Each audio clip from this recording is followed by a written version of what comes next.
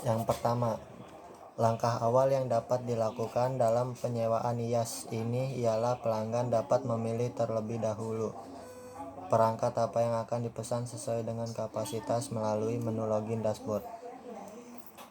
Kemudian pesanan yang sudah dipilih pelanggan tersebut akan diteruskan oleh sistem messaging broker untuk dikomunikasikan pada sistem virtual penyediaan IaaS. Lalu ketika pelanggan sudah setuju dengan permintaannya atas sebuah virtual machine, maka hypervisor akan melaksanakan perintah tersebut sesuai spesifikasi CPU dan RAM yang diminta oleh pelanggan, sedangkan permintaan ruang penyimpanan hal tersebut akan dihandle oleh block storage. Kemudian langkah terakhir yang dilakukan yaitu seluruh perintah dari pelanggan tadi akan diklaster sebagai reserved oleh pelanggan pada sistem infrastruktur di data center, dan proses pemesanan pun selesai dan siap digunakan.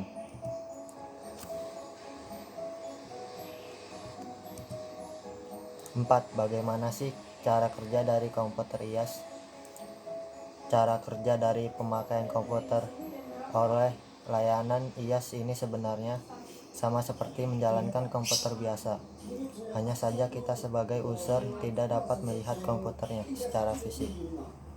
Meskipun seperti itu, kita tetap bisa mengendalikan komputer tersebut. Dan untuk kemampuan dari komputer tersebut seperti yang sudah saya jelaskan sebelumnya, tentu saja pasti sesuai dengan spesifikasi komputer yang kita pesan. Sehingga dari pertanyaan di atas barusan dapat disimpulkan bahwa cara kerja dari komputer yang menggunakan layanan IaaS ini sama dengan komputer biasa. 5.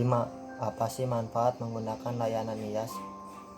Untuk manfaat dari IaaS ini sebenarnya akan lebih terasa jika kita ingin mengembangkan sebuah perusahaan baru yang berhubungan dengan teknologi komputer atau aplikasi, seperti pada sebuah pengembang aplikasi cloud atau web based.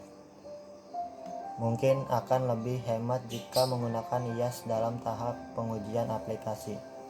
Setelah aplikasi tersebut sempurna, maka mereka dapat berhenti menggunakan layanan IaaS dan mulai untuk membuat infrastruktur cloud sendiri di sebuah colocation data center jika workload memang sudah lebih tinggi. Sehingga dari gambar tersebut kita dapat diambil kesimpulan bahwa manfaat IaaS ini sebagai berikut, yaitu 1. Mudah dan cepat tersedia dengan ketersediaan infrastruktur yang dapat dipesan sesuai kebutuhan. 2. Tidak perlu beli perangkat IT yang biasanya menguras biaya modal cukup besar dan memakan waktu untuk instalasi serta konfigurasi. 3. Pengelolaan infrastruktur dilakukan oleh penyediaan IaaS sehingga hemat biaya profesional IT yang tergolong semakin mahal. 4. Dengan layanan infrastruktur IaaS, Anda dapat memperbesar dan mengurangi kapasitas serta atau storage lebih cepat. 5.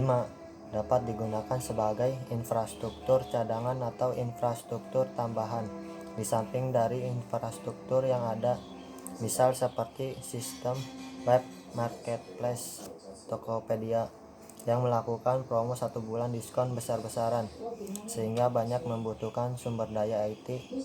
Dan jika melebihi kapasitas yang tersedia dari infrastruktur data center mereka, maka IaaS dapat dipakai sebagai infrastruktur tambahan sementara atas event tersebut. Hemat investasi awal bagi perusahaan startup ataupun bagi para developer aplikasi sebelum aplikasi tersebut dioperasikan secara normal atau dapat memperkecil biaya praoperasional.